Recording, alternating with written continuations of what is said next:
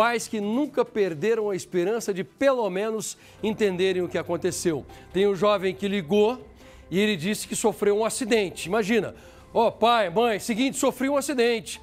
Só que depois disso ele desapareceu misteriosamente. As últimas palavras do Brandon, de 19 anos, foram: ai meu Deus. Depois a ligação caiu e os pais foram até o lugar onde ele tinha indicado que ele estava, mas só acharam o carro do jovem parado nesse ponto. E as pistas que eles têm, um carro parado e aquela lembrança do Brandon dizendo: ai meu Deus. Isso já tem 17 anos e fica uma pergunta: o que aconteceu? Quem é o culpado? É o nosso quadro que está no ar. Vamos ver.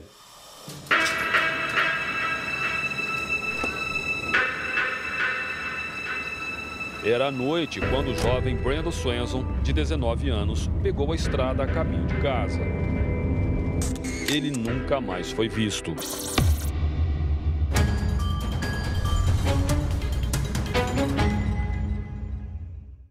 Maio de 2008, Minnesota, Estados Unidos. Brandon cursava engenharia numa universidade de Minnesota. Era fim de semestre e ele saiu para comemorar com os amigos. O jovem deixou o condado de Cobb pouco antes da meia-noite, depois de se despedir dos colegas da escola. A distância entre o bar e a casa dele é de 48 quilômetros. Swenson entrou no carro e seguiu pela rodovia estadual 68. Perto das 2 horas da manhã, Brandon liga para a família. Pai, eu acabei perdendo o controle do carro e fui parar dentro de uma vala, mas estou bem. Será que pode vir me buscar?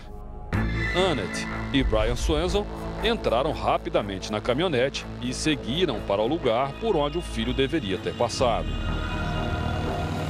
Eles mantiveram contato com o filho, mas Brandon estava confuso, não sabia ao certo onde estava. Pai, eu vou piscar a lanterna do carro para vocês me acharem. Um completo breu na estrada silenciosa. Os pais não enxergaram nenhuma sinalização do filho. Brandon desiste de esperar. Ele diz aos pais que vai sair do carro e caminhar na direção de uma luz que ele está vendo. Pai, eu acho que essa luz deve ser de uma cidade. Vou tentar chegar lá a pé. A cidade a que Brandon se referia era Lind, a sudoeste de Marshall. Vai pra lá e me espera num bar que tem na entrada da cidade. Brian e a esposa Annette seguiram viagem com o filho ao telefone. 2h30 da madrugada, 47 minutos depois do início da ligação. Brandon interrompe a ligação e diz as últimas palavras. Ai, meu Deus! Depois disso, um completo silêncio. Os pais desligaram e tentaram ligar outras vezes, mas Brandon não atendia mais.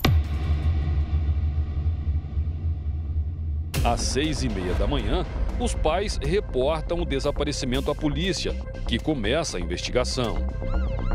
A quebra do sigilo telefônico de Brandon revelou que ele ligou para os pais das proximidades de Taunton, 30 quilômetros de distância de onde o jovem achava que estava.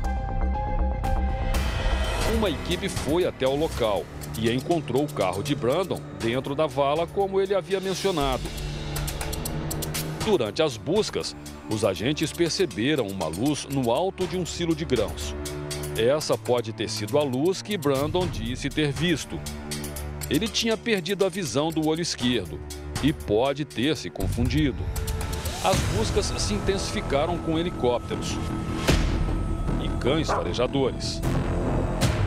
Durante a ligação para o pai, Brandon também mencionou barulho de água e que tinha passado por uma cerca. Os cães seguiram as buscas ao longo do rio Yellow Medicine e chegaram até uma fazenda abandonada. Foi aí que surgiu a hipótese de que Brandon poderia ter se afogado. O rio Yellow Medicine tem 172 quilômetros de extensão e faz parte da bacia hidrográfica do Mississippi. No dia do desaparecimento de Brandon, a correnteza estava forte. A possibilidade de afogamento realmente fazia sentido. Barcos do Departamento de Recursos Naturais do Estado foram mobilizados ao longo do rio. mas nenhum sinal do jovem. Para os pais de Brandon, o trabalho das equipes de buscas não foi o suficiente. Eles disseram que houve uma certa resistência da polícia e que alguns agentes chegaram a afirmar que Brandon tinha escolhido desaparecer. Além disso, disseram que policiais demoraram para fazer a quebra de sigilo do telefone de Brandon.